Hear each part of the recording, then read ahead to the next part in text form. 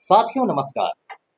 पटना बिहार से मैं Amitabh Kumar Das, IPS 94 batch, और आप देख रहे हैं मेरा अपना यूट्यूब चैनल दास बोले बिंदास। क्योंकि जब बुज़दिलों ने मुंह में दही जमा लिया हो तो दास का बिंदास बोलना जरूरी हो जाता है।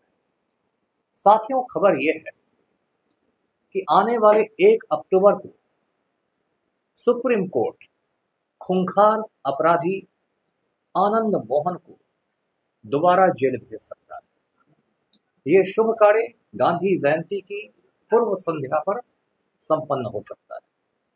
अब इस वीडियो को आखिर तक दिल थाम कर देखिए। साथियों, आप जानते हैं आनंद मोहन बिहार का एक खूंखार अपराधी है। इतना खूंखार है कि लोग उसे आतंक मोहन कहते हैं। ये आतंक मोहन बिहार में खुद को राजपूतों के नेता के रूप में प्रोजेक्ट करता है, दर्शाता है, लेकिन इसका आपराधिक इतिहास काफी पुराना है। इसने कुछ समय के लिए अपनी एक पार्टी बनाई थी, बिहार पीपुल्स पार्टी बीपीपी, और ऐसे ये डगरा का बैगन है। एक पार्टी से दूसरी पार्टी, दूसरी से तीसरी, तीसरी से चौथी, लुढ़कता रहता है। और बिहार का दुर्भाग्य है कि ऐसे अपराधी को अपनी पार्टी में लेने के लिए लोग हाथ खोलकर, बाहें खोलकर तैयार रहते हैं।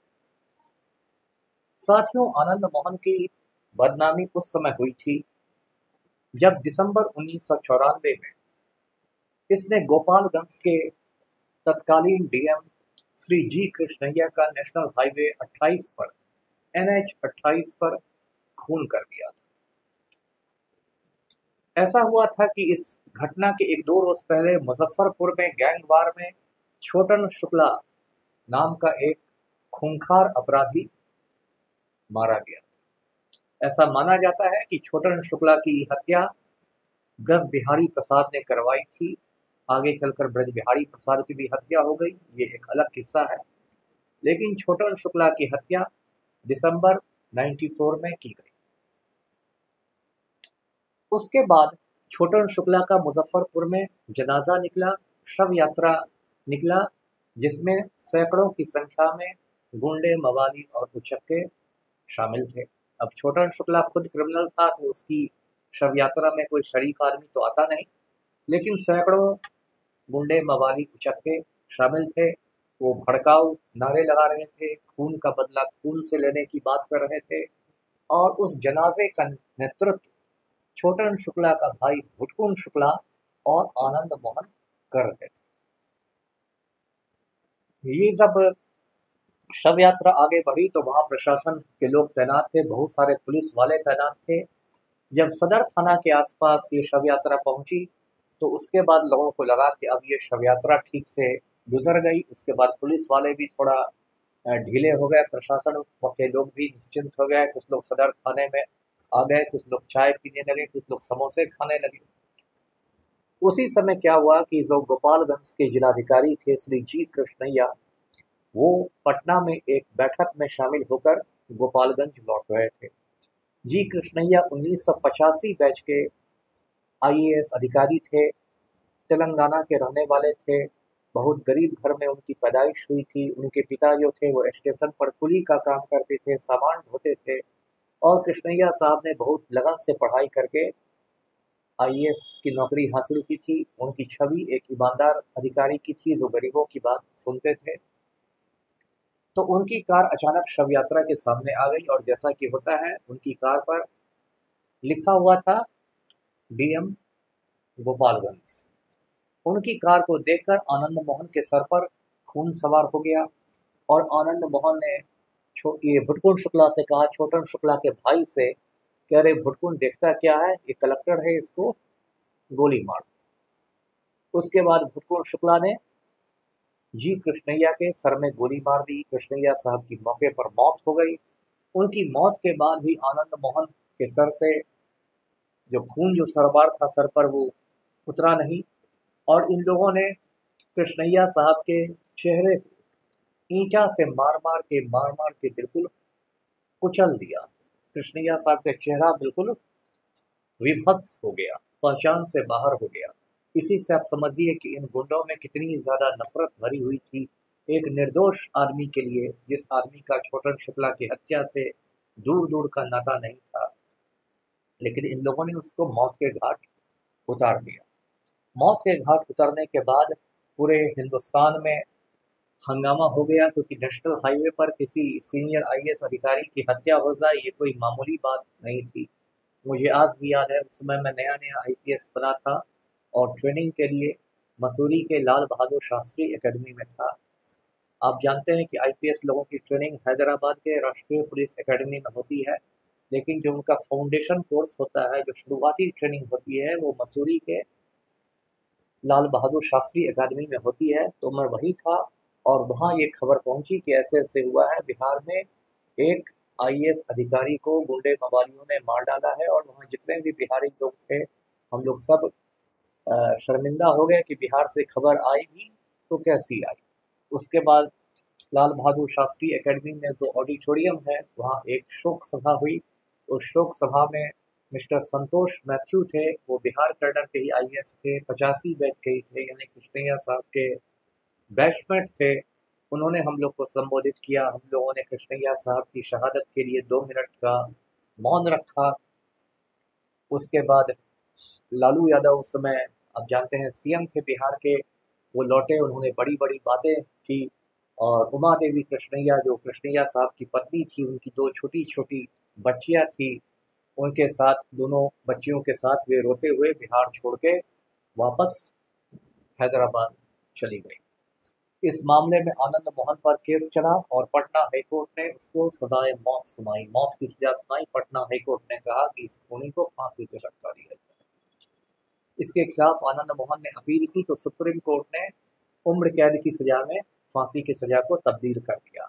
आनंद मोहन लगभग 16 बरस तक सहरसा जेल में रहा। कायदे से उसको रहना चाहिए था पटना के बेऊर जेल में, लेकिन बिहार में कोई काम कायदा से होता नहीं है, इसलिए उसको अपने गृह जिला सहरसा के जेल में रखा गया, जहां उसको जेल में भी तमाम सुविधाएं हासिल थी।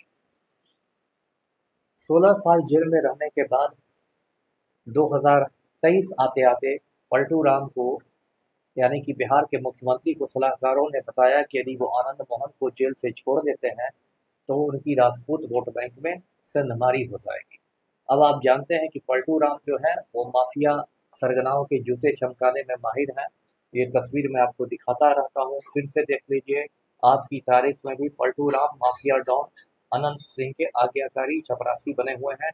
इसी वजह से बिहार में अब आईपीएस अफसरों ने भी इस्तीफा देना शुरू कर दिया। तो जनवरी 2023 में पटना के मिलर स्कूल में महाराणा प्रताप की पुण्यतिथि पर एक सभा हुई।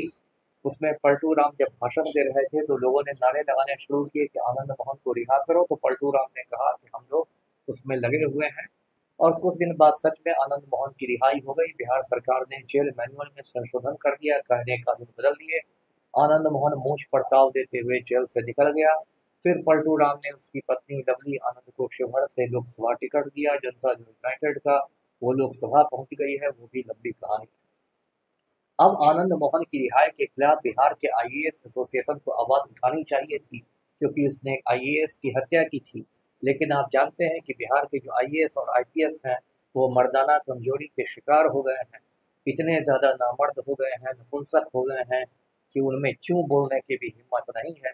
इसलिए जो बिहार का आईएएस एसोसिएशन था, उसने आनंद मोहन की रिहाई का कोई विरोध नहीं किया। ऐसे एसोसिएशन को तो भंग ही कर देना बेहतर है। लेकिन मैंने इसके खिलाफ आवाज उठाई और मैंने पटना हाई कोर्ट में पीआईएल दाखिल किया, जनहित याचिका दाखिल करके आनंद मोहन की रिहाई को चुनौती दी। उसके बाद मैंने अपने एक दूत को हैदराबाद भेजा। उस दूत ने उमा देवी कृष्णैया से मुलाकात की और उनको कहा कि आप आनंद मोहन की रिहाई को सुप्रीम कोर्ट में चुनौती दें। उमा देवी ने कहा कि हमारे पास पैसे नहीं है मुकदमा लड़ने के, सुप्रीम कोर्ट के वकील बहुत महंगे होते हैं। संयोग से जो 1985 बैच के आईएएस अधिकारी थे, यानी कृष्णैया साहब के बैचमेट्स, उन लोगों ने कहा कि हम लोग चंदा करके वकील का खर्चा उठाएंगे। तो मई 2023 में सुप्रीम कोर्ट में ये केस फाइल किया गया। अब ये केस जिस बेंच में है उसमें 2 न्यायमूर्ति हैं, एक न्यायमूर्ति सूर्यकांत हैं और एक न्यायमूर्ति उज्जवल भुइयां है।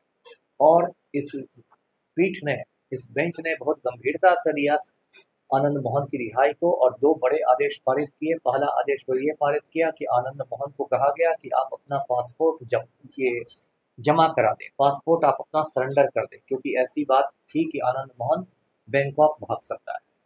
और दूसरा काम ये किया सुप्रीम कोर्ट ने कि कहा आनंद मोहन को कि आप हर 15-15 दिन पर थाने में हाजिरी लें। अब जो मामला है, मैं लगातार वकीलों से संपर्क में हूँ, तो वो मामला अब निर्णायक मोड़ पर पहुंच गया है।